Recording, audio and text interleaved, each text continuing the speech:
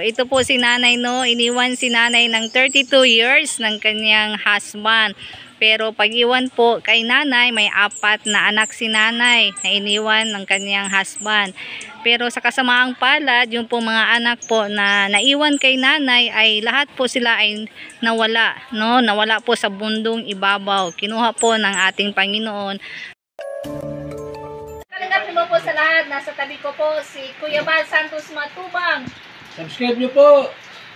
Bilya Ayog. Yeah. Yan. Salamat po. Salamat din po. Hello po sa lahat mga kalingap. Katabi ko po si Ate Edna Vlogs. Ayan, good morning mga kalingap. Subscribe po natin Belya Ayok. Ayan, mga partner po natin sa kalingap. Ayan, maraming pong salamat. Ayan mga kalingap, hello po. Please, supportahan niyo po Bella Ayop. Ayan, pinsan ko po. Isa rin pong pinsan namin ni Kalingap Dan. Maraming salamat po sa inyong patuloy na pagsuporta. Pa-click po ng subscribe, pa-comment, like, and share po sa kanyang channel. Bella Ayop. Hello po sa inyong lahat mga kalingap. Ito po kasama ko po ngayon ang aming pinsan po ni Kalingap Rab at ni Kalingap Dan, si Bella Ayop. So please like, share, and subscribe po ng kanyang YouTube channel mga kalingap, Bella Ayop. At panoorin po natin yung kanyang ina-upload po ng mga charity videos at mga ina-upload po sa kanyang YouTube channel po na Bella Ayop. So yun lamang po mga kalingap. Please subscribe Bella Ayop. Thank you and God bless po. Maraming salamat po. Suportahan po natin si Bella Ayop sa kanyang YouTube channel, and ako rin po Kalingap Dan, para sabay-sabay po kaming tumulong sa mga nangangailangan. Okay lang po ba sa inyo na ating pong itong i-upload sa YouTube channel ko? Opo. Ayan, ito po ha mga kalingap, okay na okay po si nanay na ating pong i-upload sa ating YouTube channel. Mapagpalang hapon po sa ating lahat. Ito po si Kalingap Bella po na sa inyong harapan. At andito po, no, meron po tayong bibigyan ngayon ng 5 kilong bigas galing po kay Tita Enday Pibik. Ayan, marami pong salamat Tita sa pabigas po ninyo. At ito po si nanay, bigyan po natin siya ng bigas, no? Huwag na natin patagalin at ibigay po natin ng bigas bago pa po tayo mag-interview sa kanya. Kaya wait lang po tayo. Ayan, ito po nanay ang 5 kilong bigas po galing kay Tita Enday TV po. Mamaya na po tayo mag-interview at tanggapin mo muna itong bigas po. Bigas ng buhay kung tawagin po natin ito. Ayan, ito po. Anong masasabi natin, Nay? Unsay atong masulti? Salamat po sa binigay niyo tulong sa amin na bigas. Makatulong po sa kahirapan namin. Ayan, maraming salamat po.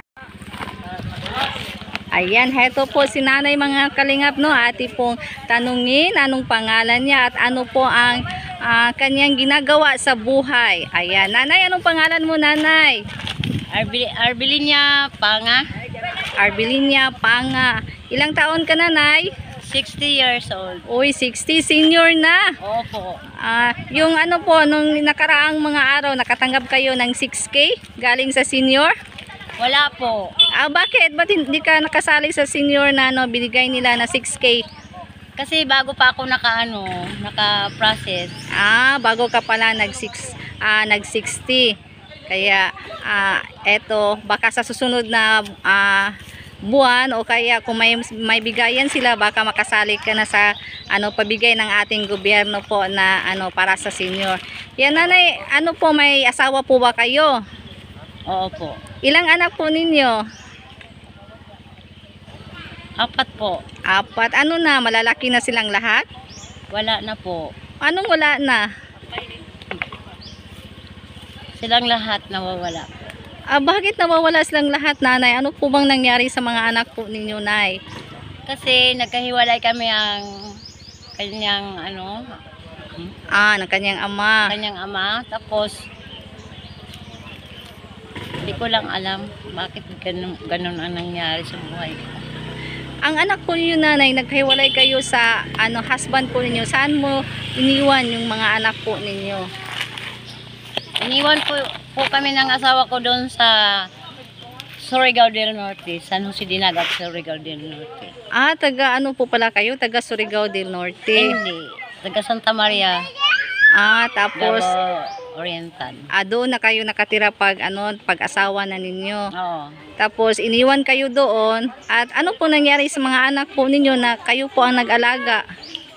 Doon kami sa Surigao nakatira, iniwan kami ng asawa ko doon. Tapos umuwi kami dito, wala na siya. Akala ko kung doon pa sa Surigao. Tapos umuwi ako dito sa Davao, umuwi kaming lahat. Oo. Yun pala ang nangyari, yung anak ko may sakit pala. Tapos Sige, pwede magbisaya. Okay ang lang. isa naghikog. Bakit nagpakamatay po siya, nanay? Ambot lang kaya ako adto ko sa Cotabato nag-contract ko tapas sa tubo tungod lagi sa atong kalisod. Abot nato kun diin nga dapit. Nagtrabaho po kayo doon. Tapos pagbalik ko ang akong anak naghikog. Baka po sa kahirapan ng buhay o kaya na-miss po kayo. Bago lang ako pumunta doon, ewan ko ano nangyari, parang pinikot ng isang babae. Lalaki po pala. Ilang taon po yung anak po ninyo, nanay? 19. 19, so batang-bata pa, Bakit siya po ang nagpakamatay na siya pala ang walang gusto? Hindi ko alam, wala ako doon eh. Doon ako sa Cotabato. Sorry po, nanay, ha, nabalik po natin yung kalungkutan po ninyo. So, yung panganay na anak mo? Rubilin. Yung nagpakamatay po, pang ilan po yung anak?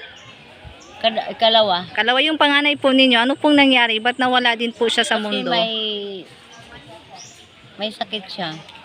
Ano pong sakit niya? Asthma. Di ba yung asthma po ay mayroon po ang gamutan yan? Yung iba nga ay na gumagaling. Bakit po ano pong nangyari po at nawala po siya? Doon siya sa sa Glamang, sa Jinsan. Sa asawa, kasama niya mga asawa, mga anak. Si Evelyn Calibay, yung kasama niya, anak niya ngayon, nandun na sa labas. Ano po pala yun? May asawa na. Tapos siya, hindi alam ng asawa, busy ng trabaho siguro. Wala niya gi-istorya siyang bana nga yung anak iyang gibati. Pangutan okay raman daw. Oo. So karon mga tulog ka gabi pagdala sa ospital kanang nakuan na siya na wala na. Inatake siya doon sa ospital. Kahit nasa ospital po siya namatay o papunta pa lang po sa ospital? Papunta sa ospital. So yung yung pangatlong anak po ninyo, bakit din po nawala din siya? Nipirahan siya ng appendicitis. Ano po yun? May asawa na? Wala pa. Ilang taon na yun? 21 years old. Bakit po pag-opera? Anong nangyari po sa pag-opera? Inani man gud ang kuan niya kanang duyan. Naputol ang duyan, nabuslak siya, nabughat. Oy, dahilan sa iyang pagkamatay. Hindi pa bago pa lang siyang naoperahan. Tapos nagduyan, tapos nahulog, naputol yung tali. Tapos ilang araw siya na pagka hulog niya sa duyan, ilang araw siya bago siya nawala ng buhay. Ura-urada? 1 month. 1 month. Nabalik sa hospital. Pagkabalik sa hospital, hindi na talaga na Hindi na siya na. Hindi na. So yung yung pang-apat na anak ninyo? Doon sa Surigao, 2 months siya. 2 months? Tapos anong nangyari po sa bata? May sakit? May sakit na pulmonya.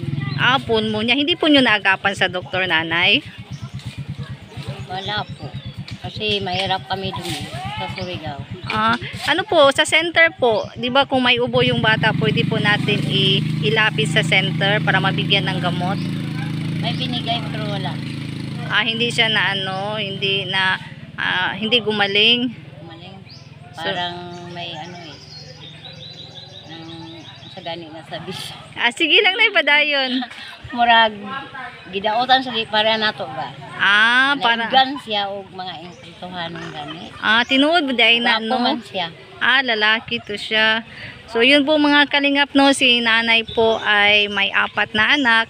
Ayun pong asawa nyo ngayon, bago po yung ano yan, asawa or yan po talaga yung ama ng mga anak mo. Yan ang ama ng mga anak ko kasi naghiwalay kami. Ngayon Ngayon lang yan bumalik sa akin, 32 years. 32 years bago bumalik Oo. sa inyo. Ngayon bumalik sa akin, pastor na siya. Pastor na siya. Ay, salamat sa Diyos at naging pastor. Pastor po ng anong relihiyon po si Alliance. Alliance. So, ito po si nanay, no? Iniwan si nanay ng 32 years ng kanyang husband. Pero pag-iwan po kay nanay, may 4 na anak si nanay na iniwan ng kanyang husband.